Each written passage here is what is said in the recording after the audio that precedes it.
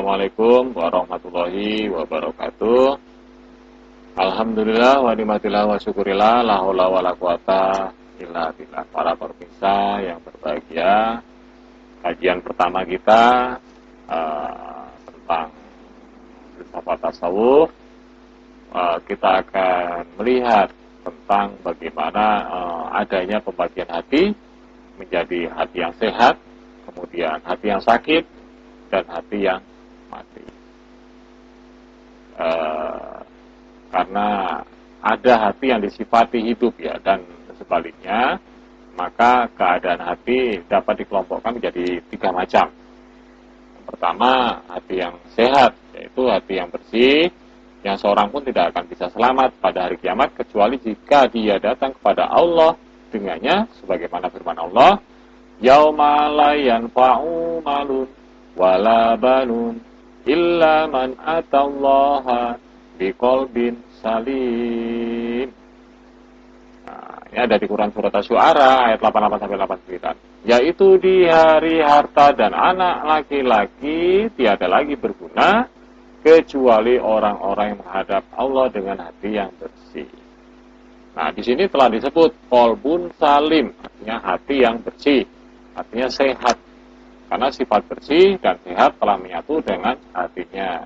Sebagaimana kata Al-Alim, Al-Qadir, yang maha mengetahui, maha kuasa. Nah, seperti itu. Nah, di samping ia juga merupakan lawan dari kata sakit ataupun aib. Ya. Nah, orang-orang tentu berbeda pendapat tentang makna qalbun salim ini. Jadi perdebatan tuh. Sedangkan pendapat lain telah mengatakan bahwasanya qalbun salim yaitu hati yang bersih dan selamat dari berbagai syahwat yang menyalahi perintah dan larangan Allah Subhanahu wa taala. Bersih dan selamat dari berbagai syubhat yang bertentangan dengan beritanya. Ya. Nah, ia selamat dari melakukan penghambaan kepada selain Allah, kemudian selamat dari pemutusan hukum kepada oleh selain Rasulnya, bersih dalam mencintai Allah dan berhukum kepada Rasul Allah, juga bersih dalam ketakutan dan berpengharapan kepada Allah Subhanahu wa taala, serta selalu menjaga tawakalnya kepada Allah Subhanahu wa taala dalam kembali kepada Allah. Juga kita berani menghinakan diri di hadapan Allah dalam mengutamakan untuk mendapatkan ridho Allah Subhanahu wa taala, terutama di segala keadaan dan dalam juga menjauhi dari kemungkinan karena apapun ya, pokoknya seperti itu. Dan inilah hakikat penghambaan atau namakan itu dalam ilmu tasawuf itu ubudiyah, yang tidak boleh ditujukan kecuali kepada Allah semata. Jadi qalbun salim itu adalah hati yang selamat dari menjadikan sekutu untuk Allah dengan alasan apapun. Gitu. Ia hanya mengikhlaskan penghambaan dan ibadah kepada Allah Subhanahu wa taala. Baik dalam kehendak, baik dalam cinta, baik dalam tawakal, kemudian kembali atau inabah, kemudian merendahkan diri atau kasyah, kasyah atau raja, ya, pengharapan. Dan ia juga mengikhlaskan amalnya untuk Allah Subhanahu wa taala. Nah, jika ia mencintai, maka ia mencintai karena Allah. Dan jika ia membenci, maka ia membenci karena Allah. Nah, jika ia memberi, maka ia memberi karena Allah. Dan jika ia menolak, maka ia menolak karena Allah. Dan tentu ini tidak cukup kecuali harus selamat dari ketundukan serta berhukum kepada selain Rasulullah SAW. Karena ia harus mengikat hatinya yang kuat-kuat dengan beliau untuk mengikuti dan tunduk dengannya semata. Karena tidak pada ucapan ataupun perbuatan juga, siapapun juga, baik itu ucapan hati yang berupa kepercayaan, ucapan lisan, yaitu berita tentang apa yang ada di dalam hati, perbuatan hati, keinginan, kemudian cinta dan kebencian, serta hal lain yang berkaitan dengannya, terutama perbuatan anggota badan, sehingga dialah yang menjadi hakim bagi dirinya dalam segala hal, dalam masalah besar maupun masalah sepele. Karena dia adalah apa yang dibawa oleh Rasulullah SAW, sehingga tidak mendahulunya.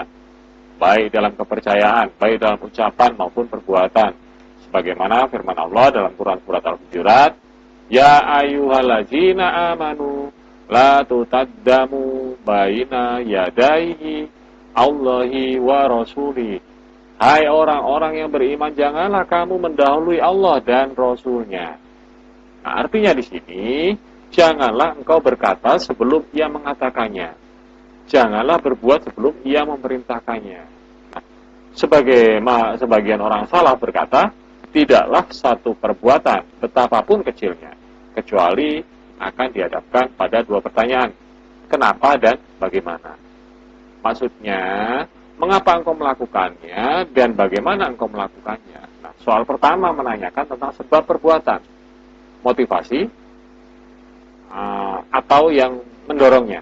Apakah ia bertujuan jangka pendek untuk kepentingan pelakunya, kemudian bertujuan duniawi semata untuk mendapatkan pujian orang, atau takut celaan orang. Nah, supaya agar dicintai atau tidak dibenci, ataukah motivasi perbuatan tersebut untuk melakukan hak ubudiyah, penghambaan pada Allah, untuk mencari kecintaan dan kedekatan pada Allah Subhanahu wa taala dan mendapatkan wasilah atau kedekatan padanya.